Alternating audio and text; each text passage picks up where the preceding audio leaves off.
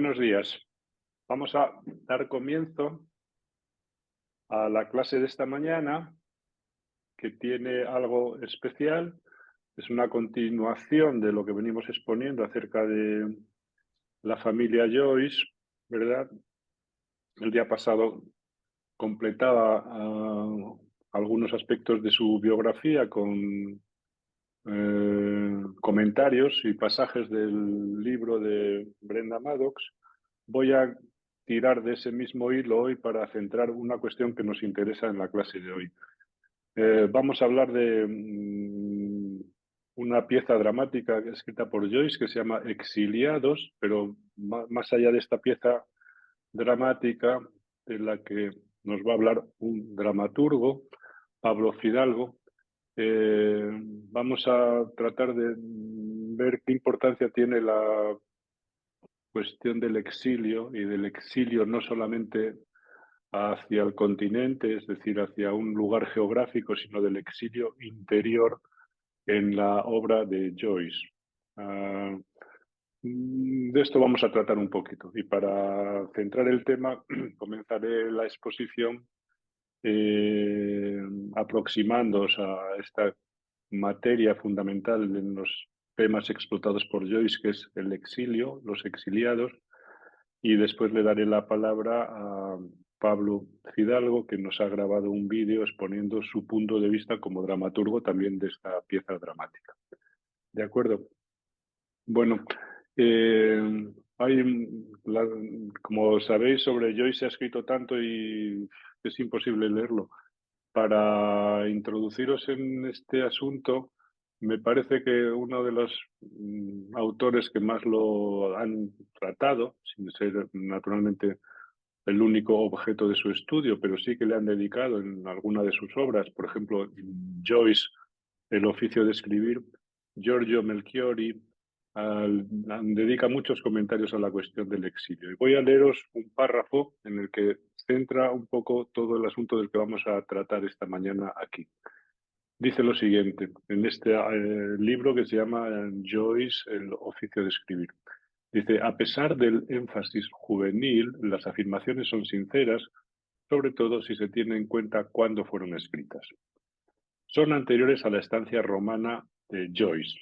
Sabéis que Joyce en un momento determinado se traslada, viviendo en Italia, se traslada de Trieste a Roma para ganarse la vida mejor como traductor en un banco. Es un periodo muy breve, del que regresa después a Trieste nuevamente, ¿no? Pero bueno, son anteriores, dice, a la estancia romana de Joyce, cuando su interés por la política, incluso por la política italiana, sus simpatías por el socialismo, el malestar por la división que se había manifestado en el Congreso Socialista de Roma, y luego, cuando volvió a Trieste, la atención dedicada a la política irlandesa, reflejada en las colaboraciones del Piccolo della Sera, un diario, testimonian auténticas y sentidas preocupaciones. Y continúa Melchiori, dice, Dublineses nació y creció totalmente en este clima de fervor ideológico. Dublineses, la primera obra de Joyce. Dublineses nació y creció totalmente en este clima de fervor ideológico, que se había puesto de manifiesto en Retrato del artista adolescente de 1904 y que duró por lo menos hasta finales de 1907. Diferente será el discurso para la definitiva versión de Retrato del artista adolescente que, nacido bajo el mismo signo, tuvo tiempo, en los 10 años largos de su gestación, de transformarse en su interior de tal manera que, desde la inicial insistencia en el tema de la parálisis, que presuponía una rebelión frente a la condición de este tipo, pasó a privilegiar el del exilio. La rebelión, la parálisis, perdón,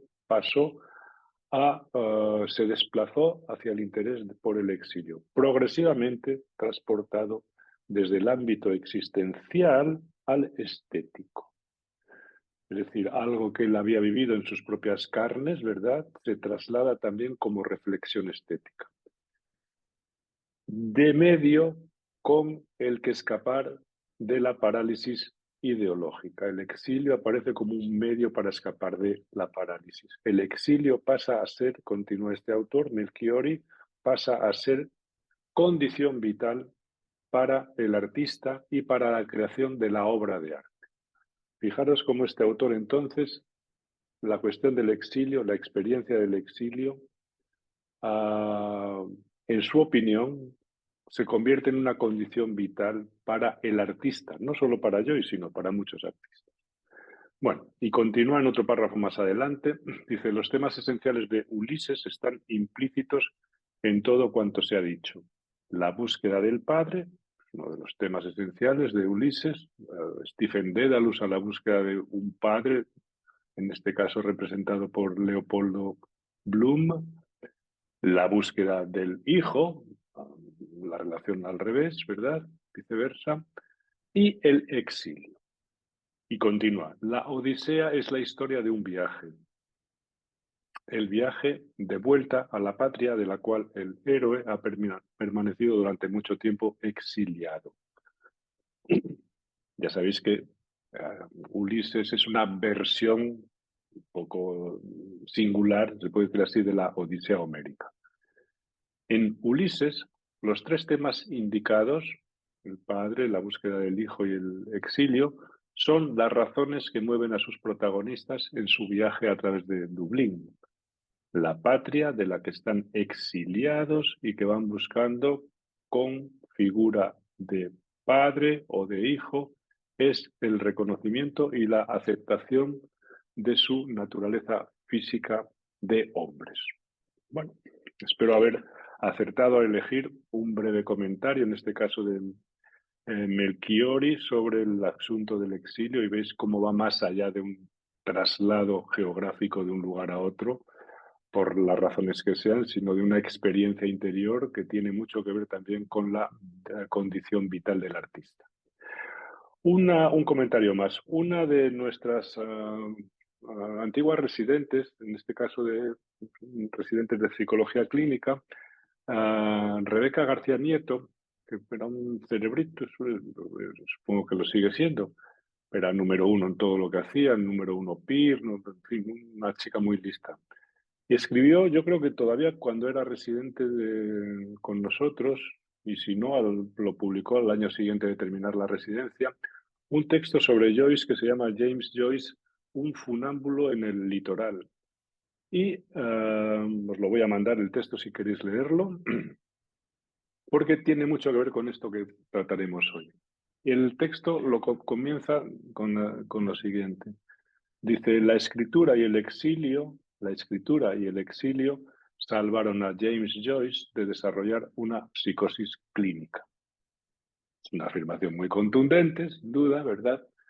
Pero en esa afirmación muy contundente ella da dos razones, dos equilibrantes o estabilizadores, la escritura y el exilio.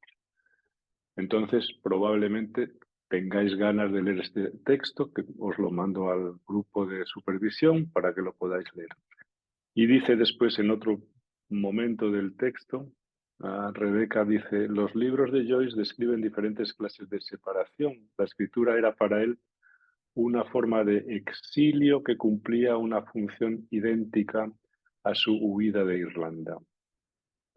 El personaje que mejor representa este aspecto es Leopold Bloom.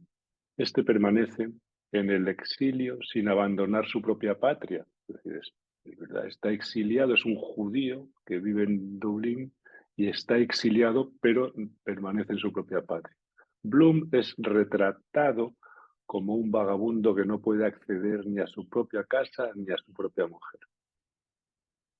Es difícil imaginar un destierro mayor que el de un judío que trata de integrarse en un país católico. Bueno, qué buena síntesis hace Rebeca García Nieto en este párrafo para darnos esta dimensión del exilio, que como os digo, no consiste solamente en escapar de un lugar, sino más bien que tiene que ver con ese exilio interior también, y que a veces el exilio se da, existe, sin que uno se traslade a ningún sitio. Bueno, aprovechando esta materia, de la que después nos hablará a propósito de la pieza de exiliados, dramaturgo, joven, pero con una amplia currículum de publicaciones, Pablo Fidalgo. Voy a haceros algunos comentarios para centraros un poquito qué interés puede tener esta cuestión, ¿no? Y para ello me voy a referir, voy a explicar una serie de pasajes del amplio estudio biográfico de Brenda Maddox sobre Nora Barnacle, sobre Nora Joyce, y os lo voy a ir comentando o leyendo directamente, ¿no? Bueno, poneros en situación, ¿no? Joyce tenía 22 años y Nora tenía 20 años, respectivamente, cuando se subieron a un barco y dieron la espalda a Irlanda y pusieron, enfocó la proa, digamos, en dirección al continente. Es decir, 22, James, Joyce, 20 años, Nora. Abandonan una isla, abandonan un lugar y se embarcan hacia el continente. Fijaros qué jóvenes eran, ¿no? Pero, claro, para poner en contexto esto, tenéis que tener presente lo siguiente. Fijaros que ese mismo año, que es principios del siglo XX, creo que es 1904, 37.413 irlandeses, es decir, compatriotas de Nora y de Jim, 37.413 irlandeses abandonaron también ese año Irlanda. O sea que no es cualquier país, o no lo era en aquel momento cualquier país, Irlanda, de cara a la cantidad de gente que emigraba o que se exiliaba, ¿no? Bueno, entonces Brenda Maddox le da mucha importancia a estas cuestiones y, por ejemplo, recuerda un poco las condiciones de vida de la futura madre de los hijos de Joyce, Nora.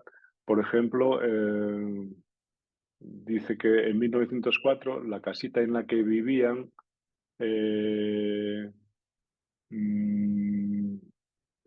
que en la que vivía Joyce era más grande, o sea, pero vivían más apretados, fijaros, esto nos da, vivían más apretados en la casa de Joyce, vivían más apretados en la casa de Joyce que en la casa de Brenda Maddox. Es decir, porque siempre se ha dado la idea de que Brenda era muy pobre, pero es verdad que la familia de Joyce provenía de Cork y eran más pudientes, pero el padre se gastó todo el dinero y lo dilapidó. Era un hombre que no sabía administrar el dinero, lo mismo le pasaría a él, ¿no? Y él vivió en unas condiciones al final bastante peores que incluso las de Nora Barnacle, cuya casa, una de las casas, porque vivió en unas cuantas casas, es esta que nos está mostrando ahora esta imagen de la puerta azul, que tiene asimismo una inscripción como recordando que esa fue la casa donde vivió Nora, es una de las casas donde vivió Nora. Las fotos nos las ha mandado uno de nuestros antiguos residentes, bueno, a colega, ¿verdad? Que está trabajando de psiquiatra en Galway, que es Álvaro Valle. Entonces le agradecemos mucho a Álvaro que nos mande, dice ahí, no, la casa de Nora Barnacle, el museo, ¿no? Bueno, eh, creo que había otra foto incluso por ahí también que nos va a mostrar, eso es.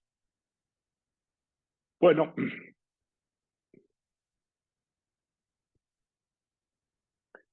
es como os digo, una... Aquí te cobran por cualquier cosa. Es una de las casas en las que vivió esta mujer. ¿De acuerdo? Vamos entonces a hacer alguna serie de comentarios sobre esto, ¿no? Mm, Nora había nacido en el oeste de Irlanda en 1884, en una ciudad en Galway, ¿no?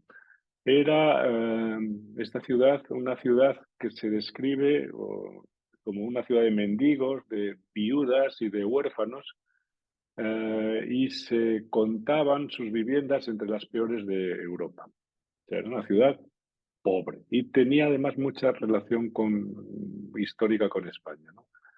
Como después había habido una gran hambruna y a esa gran hambruna le sucedieron otras pequeñas hambrunas. Entonces, justamente Nora nace en ese contexto, ¿no? Donde habían pasado un periodo muy calamitoso, lo que llaman una gran hambruna, y la gente huía al campo y trataba de comer un poco y de mantenerse en vida como podían, ¿no? Muchos de los cuales, digamos, optaban por la emigración y ir a otro lugar, al continente de Europa continental o a los Estados Unidos, ¿no? De Norteamérica, ¿no? Desde Dublín, la ciudad de Galway, se veía como un lugar salvaje y nada civilizado. Es decir, que en Dublín estaban, parece ser, un poco en mejores condiciones. Nosotros en Galway eran más pobres aún y los veían como un país más salvaje y menos civilizado. Los antepasados de Joyce, como os digo, provenían de Cork y los de Nora Barnacle de Galway. Y bueno, no se sabe muy bien si Nora nació el 21 o el 22 de marzo, pero lo que sí sabemos es que nació en 1884, es decir, que era 2 años más joven que Joyce. Formaron una pareja desde los 20 años que no se separó hasta que Joyce murió, es decir, pasaron toda su vida juntos, ¿no? ¿Cuál es el punto de vista de Brenda Maddox de esta relación? Pues ella lo dice muy bien, es una mujer muy intuitiva, ve las cosas muy desde el punto de vista muy femenino, no digo que feminista, sino muy femenino, porque ella hace algunos comentarios después sobre el feminismo que no, como que tampoco conviene interpretarlo todo, que si, desde ese punto de vista, bueno, son sus cosas, ¿no? Ah, pero dice, usa la palabra dependencia. La dependencia de Nora, la dependencia de ella fue un rasgo subrayado por todas las personas que la conocieron, ¿no? Era una dependencia, ¿verdad?, que también tenía mucho que ver con la dependencia económica. Es decir, poneros en situación de una mujer con 20 años que se viene con un hombre con el que no está casada a Europa, poneros en situación a un lugar, a Pola, ¿verdad? Después a Trieste, donde se hablan italiano raro, incluso en Pola se hablan medios, una mezcla de lenguas raras, medio germánicas, medio italianas, ah, sin oficio ni beneficio, y de cómo sobrevive allí, pues tiene que sobrevivir pegada al hombre con el que viene, que se supone que se ganará la vida, aunque le costó mucho ganarse la vida por él mismo, ¿no? Mucho y muchos años, ¿no?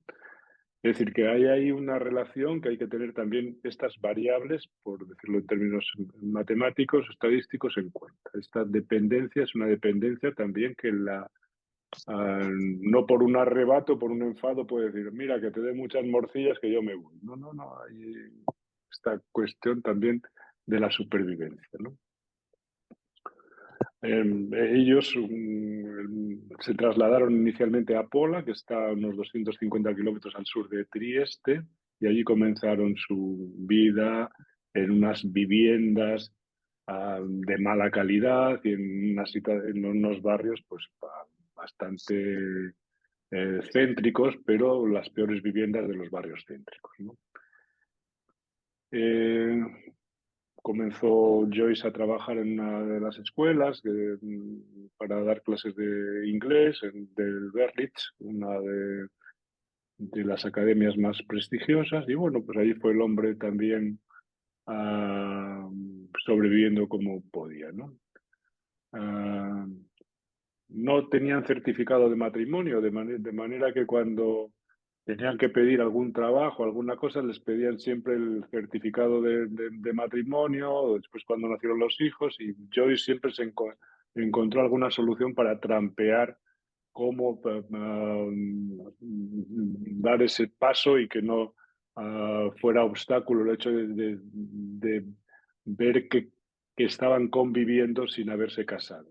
Esto que ahora parece una majadería, este tipo de comentarios, en aquella época no lo era, como tampoco lo era otra cuestión que también quizás después la saquemos a colación, el hecho de que en aquel momento,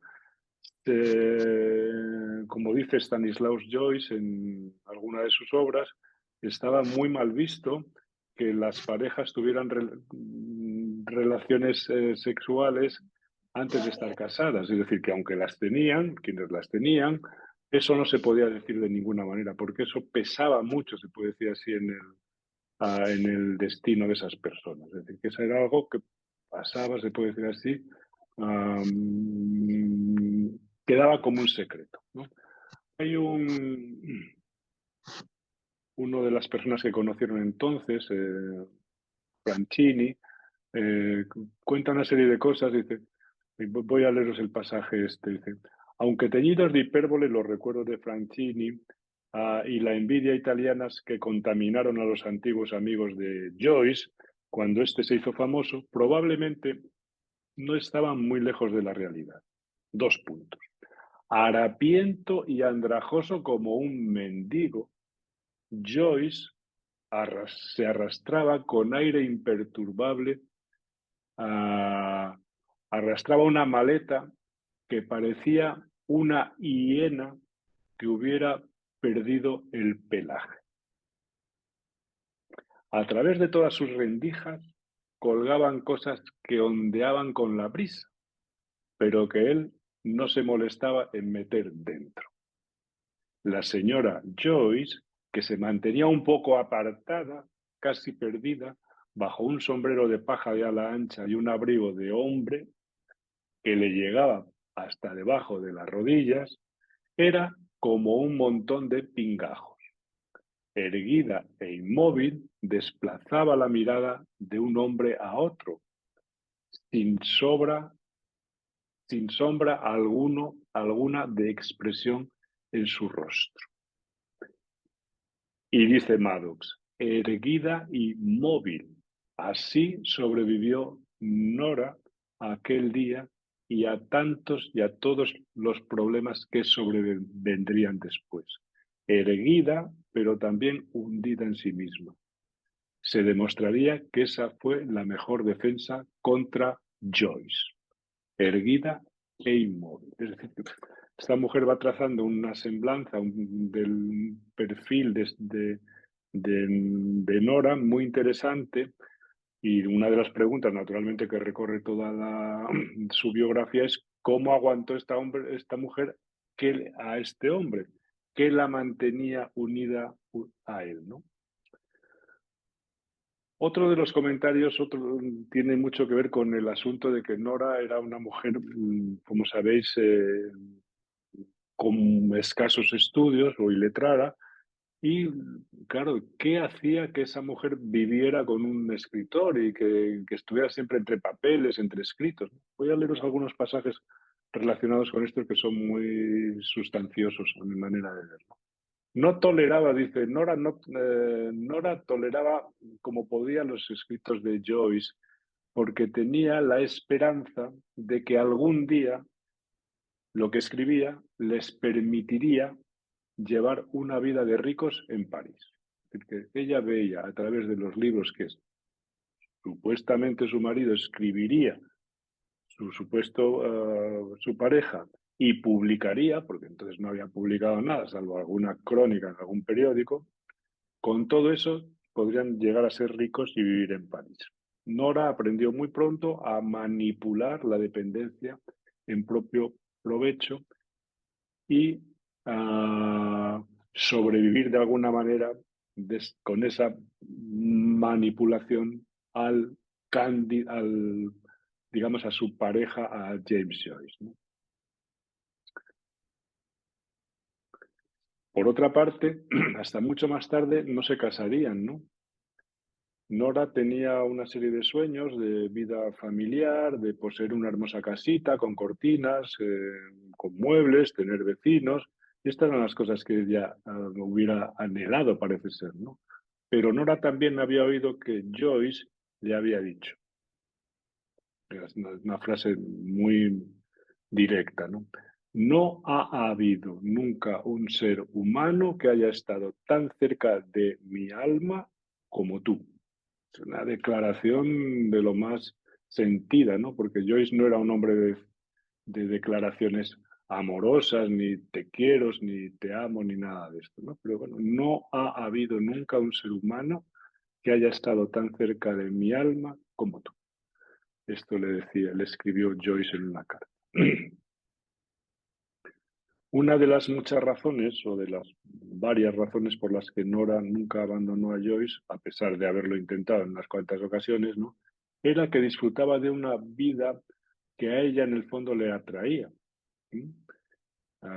Cuando ya tenían un poquito más de dinero. En la actitud que adoptaban los dos, por ejemplo, frente a la economía doméstica, había unanimidad con respecto a que el dinero es para gastarlo y que la mejor manera de vengarse del pasado de pobreza, es vivir lo mejor posible. Entonces, cuando tenían un poco de dinero, vivían a todo tren. Aunque al día siguiente o al siguiente no tuvieran. Era en eso los dos más o menos coincidían.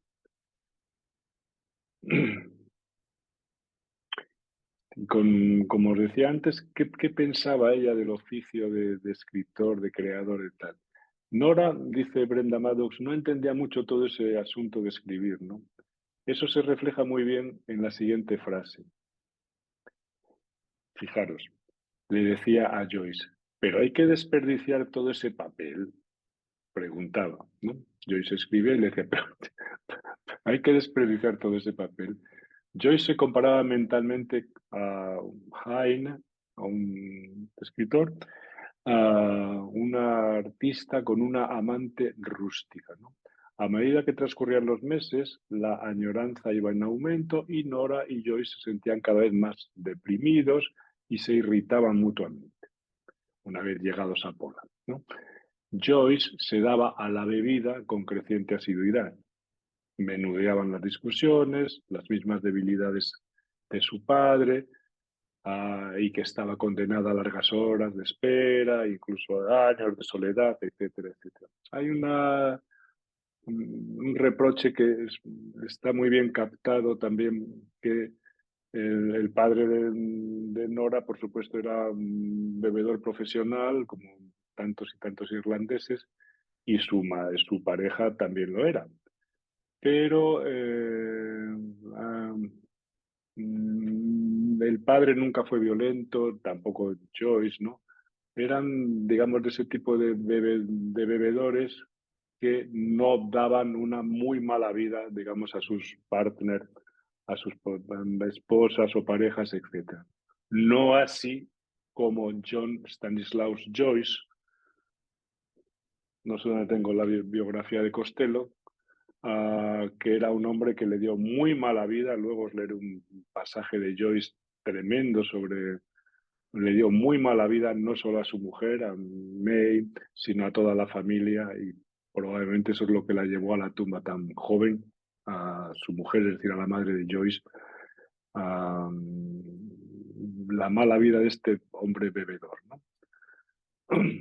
Después hay otro aspecto también, ya que estamos hablando de la cuestión de qué ve, cómo veía Nora el asunto de la escritura, de la creación, a la que Brenda Maddox le da mucha importancia.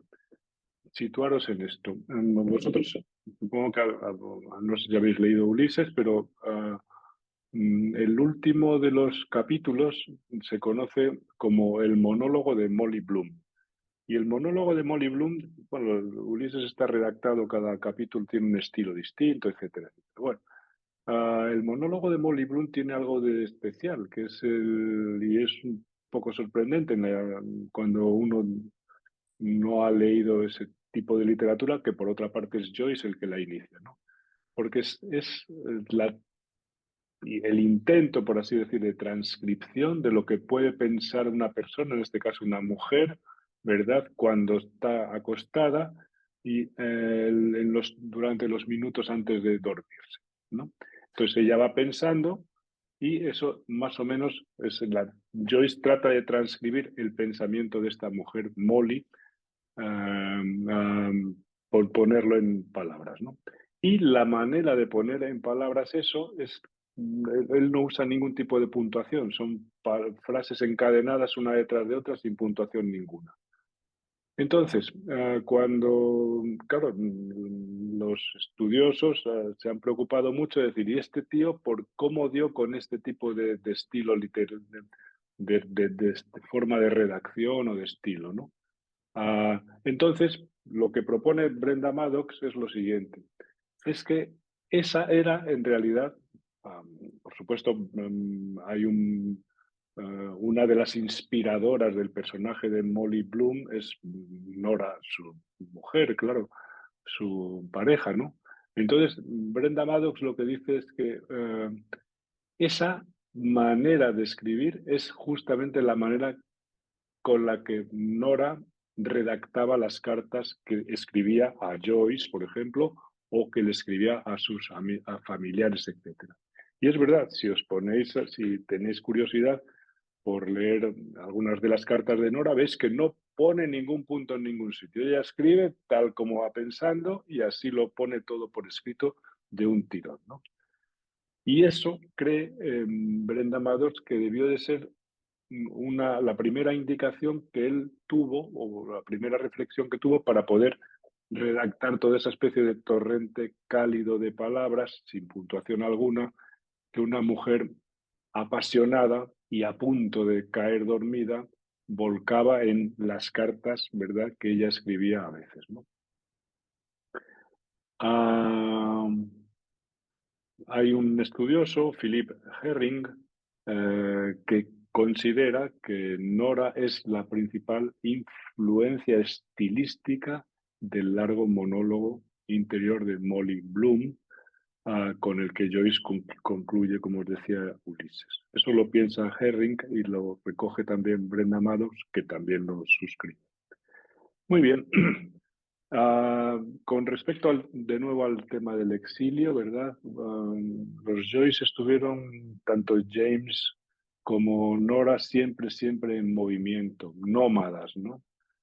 Pero nómadas eran todos ahí. Los Barnacle, fijaros, por ejemplo, ¿no? La familia en la que nació Nora, entre el año del nacimiento de Joyce y el momento en que encontró a Nora, es decir, 22, durante 22 años, la familia la familia de los Joyce se mudó 13 veces de casa.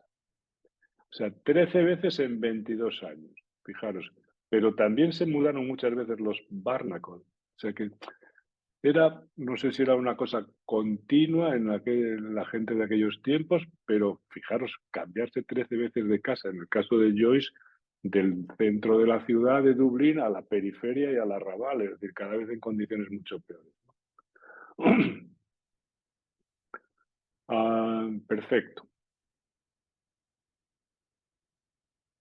Entonces hay una huida, ¿verdad?, de los dos al continente, pero primero, en el caso de Nora, hay una huida, ella huye de la familia y se va a trabajar a Dublín, y en esa, os lo resumo mucho, los padres estaban separados, el padre era un bebedor, un alcohólico, panadero, bueno, pues vivía por su cuenta, ella vivía con su madre y con otros hermanos, pero Nora era una mujer pues atractiva y salía y tenía aventuras con hombres, y el padre no intervenía en ese sentido, pero un tío suyo, ¿verdad? Intervenía de una manera muy marcial, iba a decir, muy brusca, e incluso le dio una paliza terrible, porque andaba tonteando con un chico, y entonces ella decidió marcharse y se fue a trabajar a Dublín, a un hotel.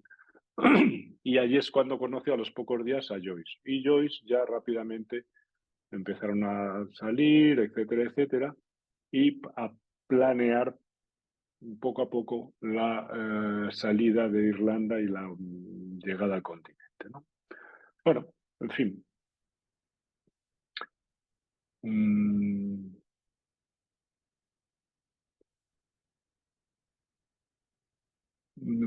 Creo que voy a leeros un pasaje de una carta de Joyce, es muy interesante, que le escribe a Nora, y dice lo siguiente, fijaros, a veces en 4 líneas se sustancia muy bien una experiencia y un drama, ¿no? Seguramente te he apenado esta noche con lo que te he dicho, le escribe Joyce a Nora, pero conviene que conozcas mi manera de pensar en la mayoría de las cosas. Están tratando de cuestiones religiosas, Joyce era muy descreído. Dice, mis ideas abominan del actual orden social del cristianismo. El hogar, las virtudes reconocidas, las clases sociales y las doctrinas religiosas.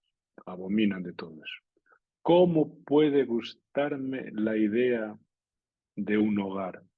Se pregunta Joyce en esta carta. ¿Cómo puede gustarme la idea de un hogar? Mi casa fue ni más ni menos la de una familia de clase media arruinada por unas costumbres derrochadoras que he heredado. A mi madre, creo, la mataron lentamente los malos tratos de mi padre, años de preocupaciones y la cínica franqueza de mi conducta. Ahí hay un reproche que yo siempre tuvo con respecto a su madre. Maldigo el sistema que hizo de ella una víctima. Entonces, en ese sentido, vio a su madre una víctima de un sistema y él nunca quiso participar de ese tipo de sistema, ni religioso, ni de ciertas costumbres, etcétera. Bueno, mmm,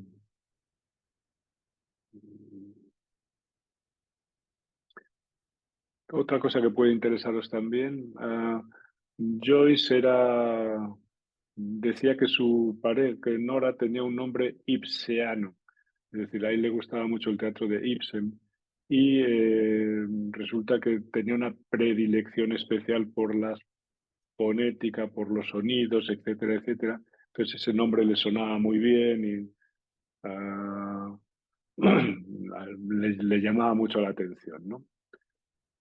Mm,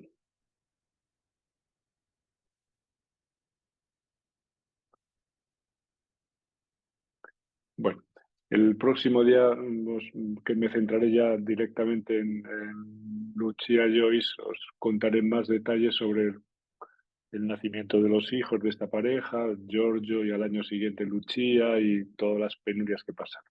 Pero bueno, hoy quería simplemente sacaros a traer un poco a presentaros un poquito lo que es la historia de esta pareja, ¿verdad? De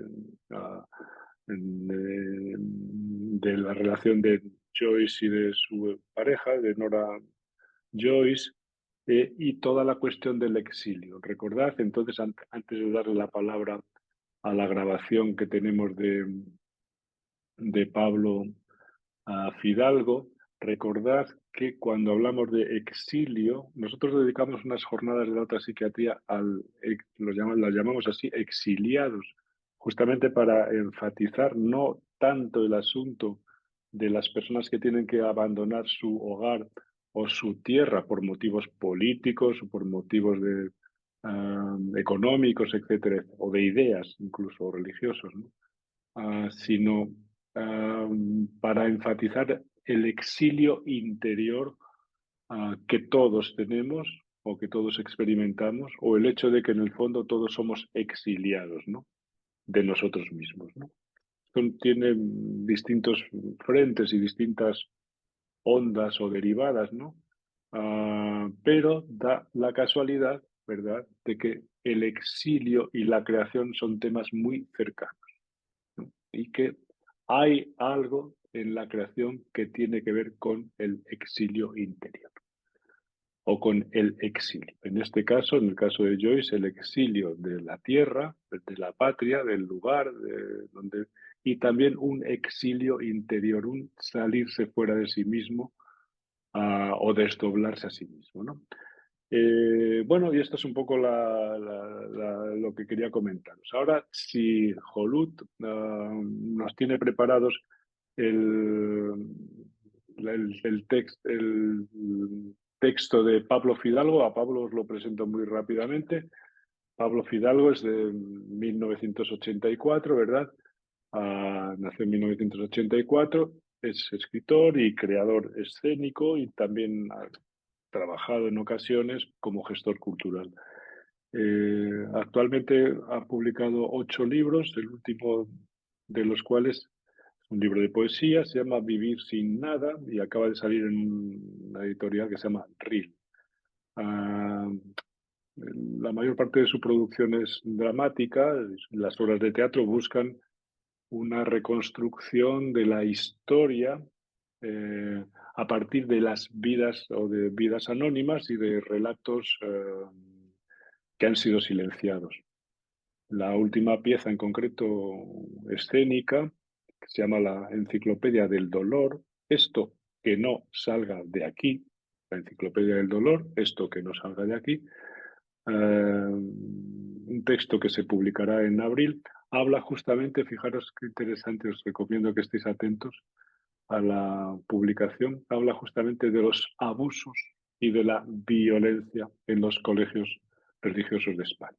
Probablemente hayáis tenido noticias ya de todo este asunto porque está en la prensa, en algunos momentos toma un cierto protagonismo y Pablo Fidalgo lo trata en algunas, naturalmente, de sus obras. Le damos la palabra entonces a Pablo y, por supuesto, le agradecemos mucho su colaboración.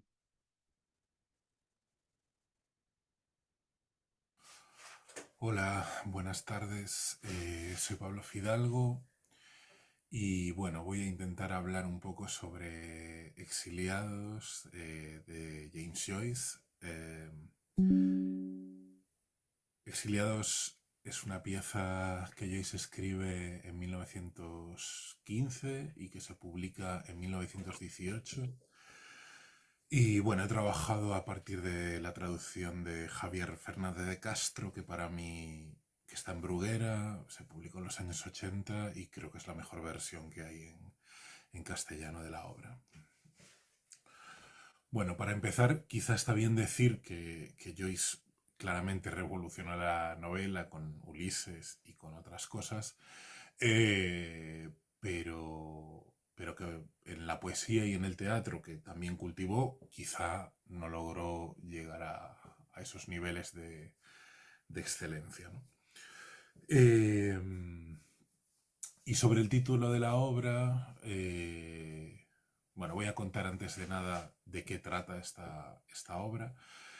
Bueno, Exiliados cuenta el regreso a Irlanda de una pareja, un matrimonio, que son Richard y Berta, con su hijo Archie, y que vuelven a Irlanda después de un tiempo largo en el extranjero, en Italia. Lo sabemos porque se explicita, porque el hijo habla más italiano que inglés, por lo visto. Y ellos se encuentran en Irlanda, en esta casa, con Robert y con Beatrice, que son primos entre sí, y cada uno de ellos ha tenido una historia de amor en el pasado o algo pendiente. Richard con Beatrice y Robert con Berta. Y digamos que en cómo se tejen y destejen esta relación y este pasado oculto, semioculto, pues se juega y va avanzando toda la obra.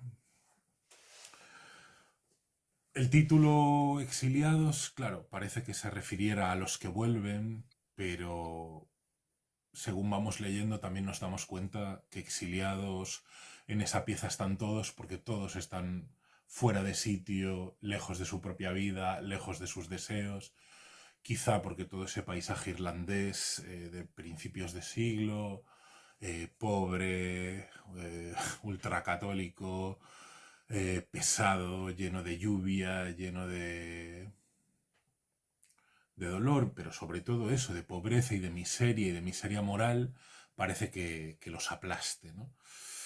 Y es eso lo que hace que da un poco igual que te vayas o que te quedes, eh, porque, porque vas a estar exiliado en un lugar o en otro. Eso sí, lo que no da igual es la decisión que tomas, ¿no? Y en ese sentido sí que parece que hay algo que recorre toda la pieza, que es difícil que los que se van y los que se han quedado puedan llegar a entenderse de verdad, ¿no? O puedan llegar a aceptarse, porque el que se va es visto como un desertor y el que se queda como un cobarde. Es una visión muy sencilla, pero parece que sucede a menudo. Bueno, Joyce y Nora sabemos que tenían una relación tremenda, volcánica, dura, llena de celos, llena de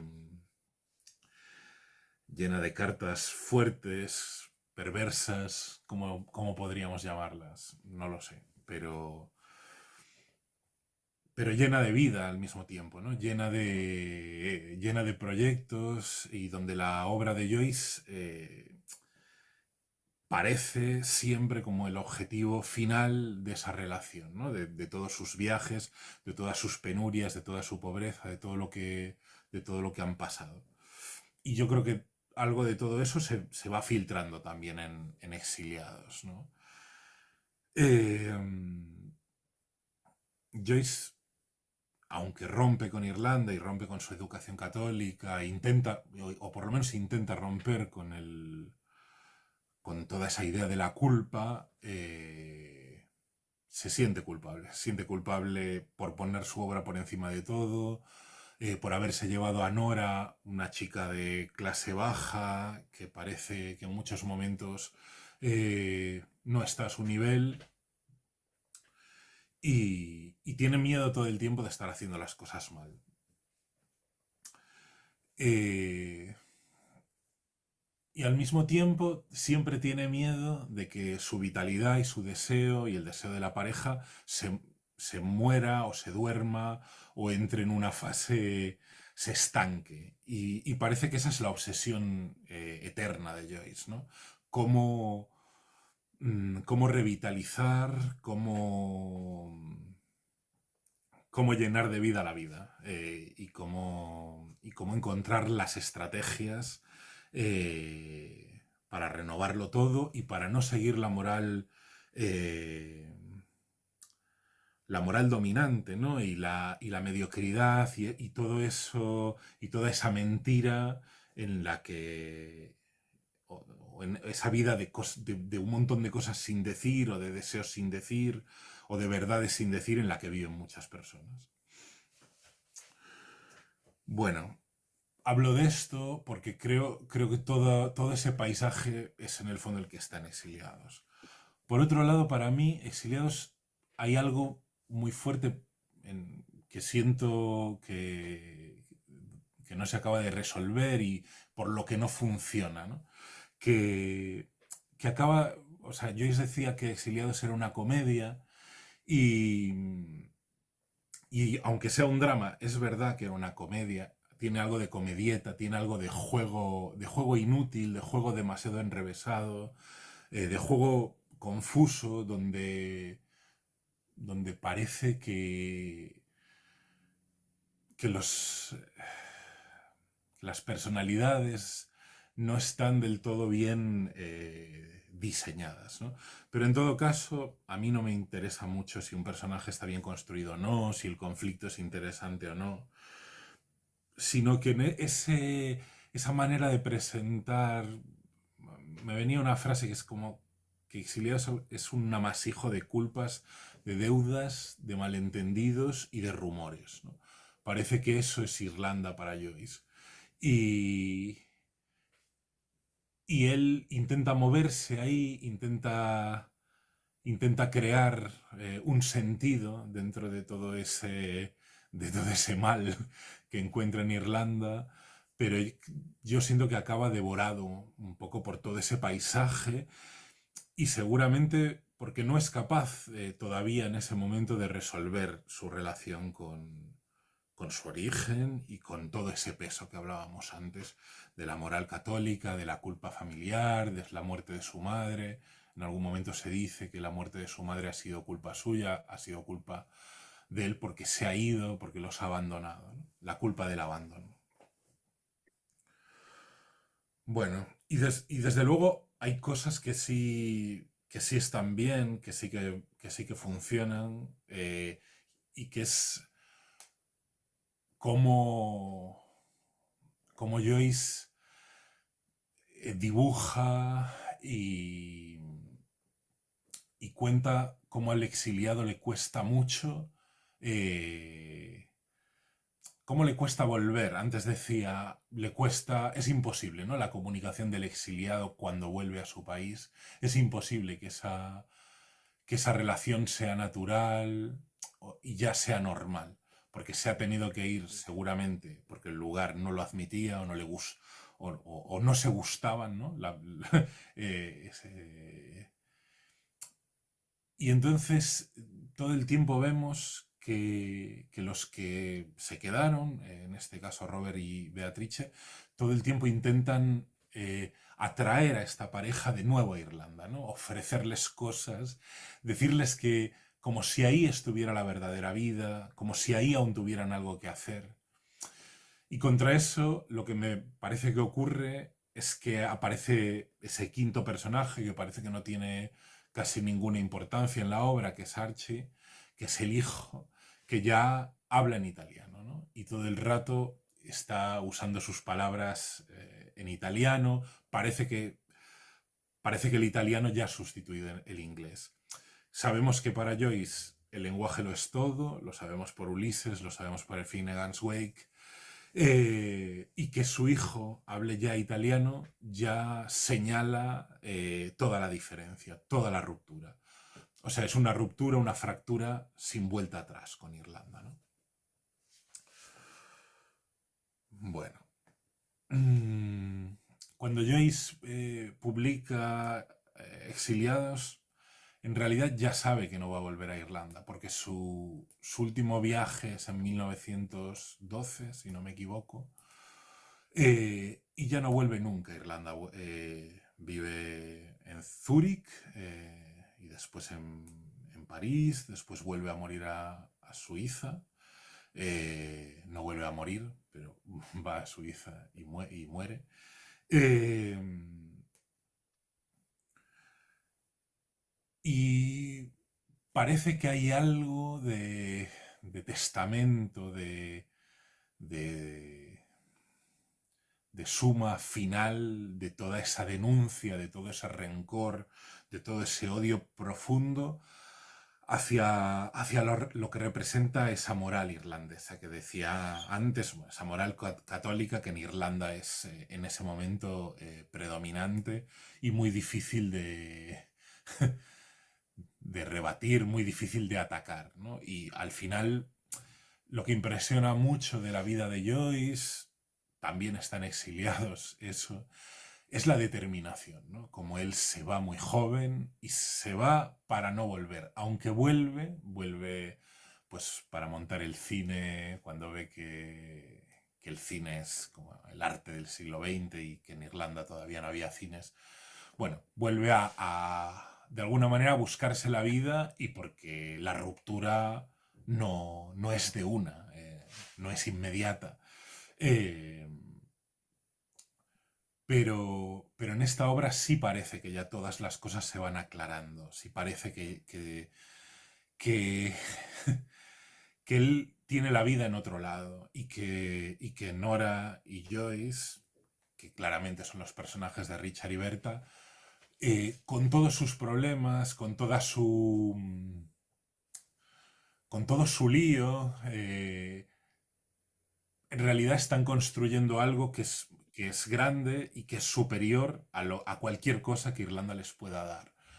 Eh, Sean amigos, sea sus padres, su familia, sea un puesto en la universidad, como se habla en Exiliados, sea un prestigio, no importa, en realidad ellos ya están en otra aventura, en otra cosa, en otra moral.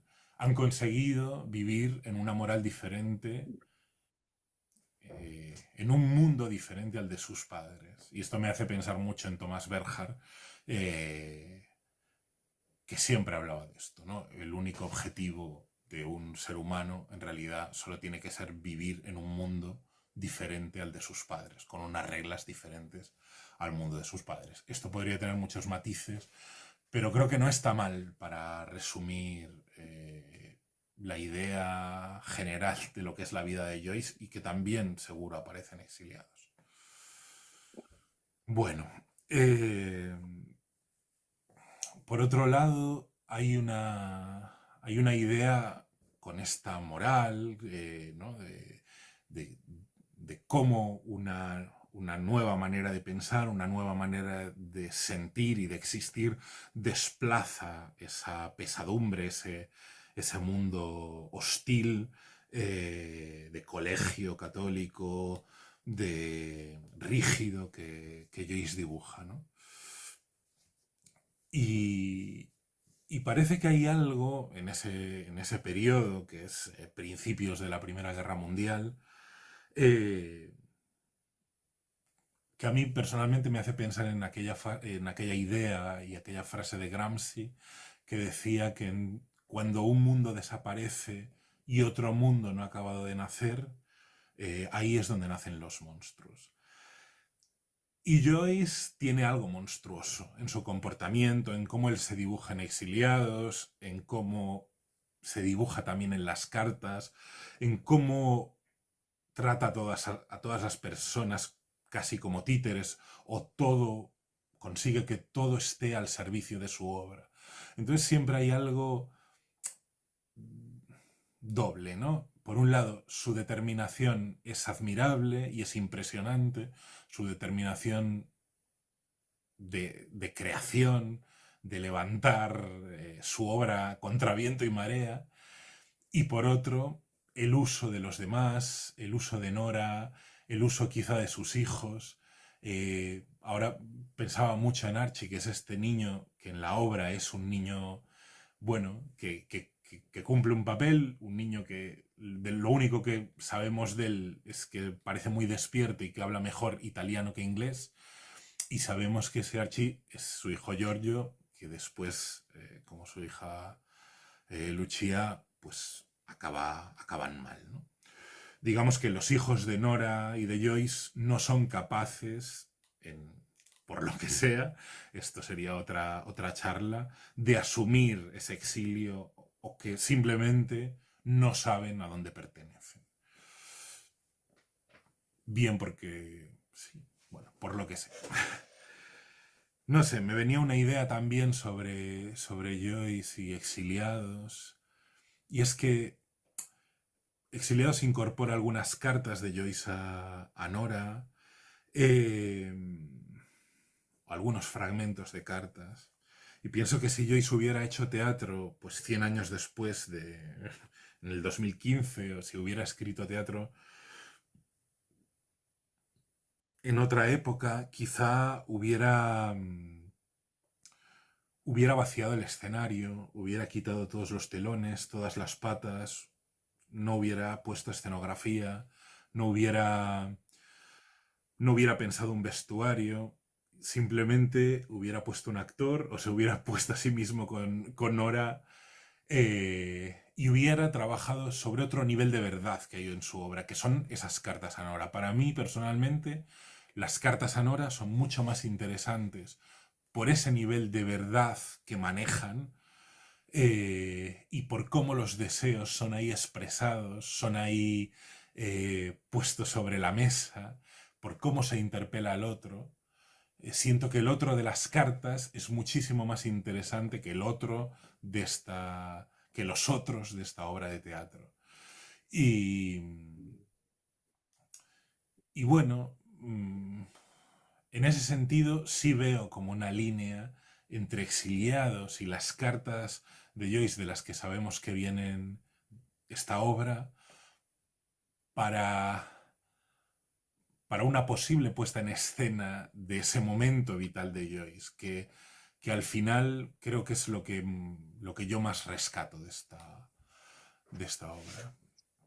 Bueno, creo que ya ha sido suficiente. Simplemente quería decir que no deja de llamarme mucho la atención que, que en ese periodo de 1910, 1920, pero bueno, también posteriormente, entre Trieste y Venecia, no solo está Joyce, está Italo Svevo, está Yanis Tuparik, está Slataper, está Rilke en Duino, muy cerca de Trieste escribiendo las elegías de Duino.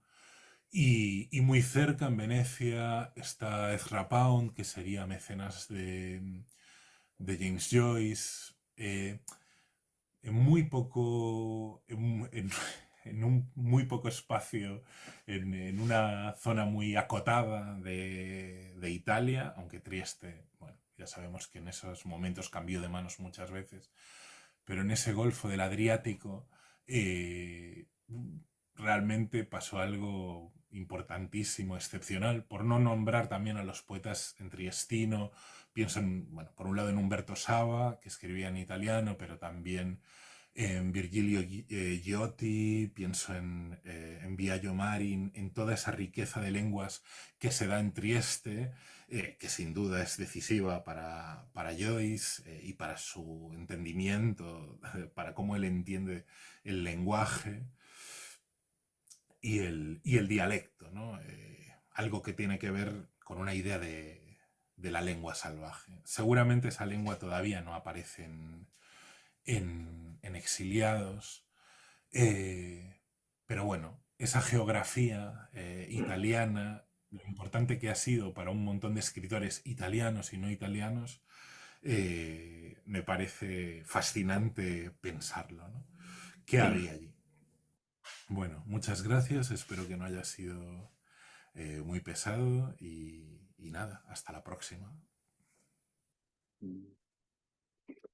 Muy bien, muy interesante, sin duda, lo que un dramaturgo dice en este caso, de un creador, de un autor, de un escritor, ¿no? Quería despedirme simplemente, antes de dar la palabra a Raúl González para la supervisión, porque no hace mucho, hace 4 años, 3 o 2, no lo recuerdo, eh, escribí un prólogo para un libro que, aparte de las jornadas que hicimos de Exiliados de la Palabra, Isabel Cerdeira escribió un libro que me pidió que escribiera el prólogo. Se llamaba el libro Exilio, Mujeres y Escritura. Ella, digamos, coordinaba esa publicación y escribía sus textos. Y eran escritoras de distintos lugares y de distintas procedencias sobre la cuestión del exilio, ¿no? Entonces,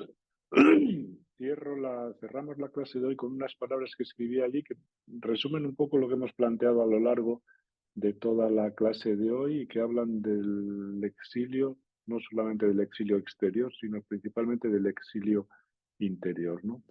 Y decía, el exilio es una característica de la condición humana, de ahí que no sea necesario abandonar el terruño para exiliarse ni sentirse exiliado, cual Ulises atribulado y meditabundo que añora la tierra natal.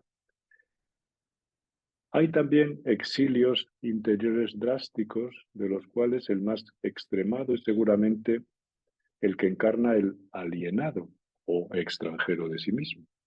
En ese sentido, todos padecemos el síndrome de Ulises, y no tanto por haber emigrado a algún lugar que no es el nuestro, o por habernos desterrado de nosotros mismos. Nada de eso es necesario. Solo por haber nacido somos exiliados, pues provenimos de un lugar al que jamás regresaremos.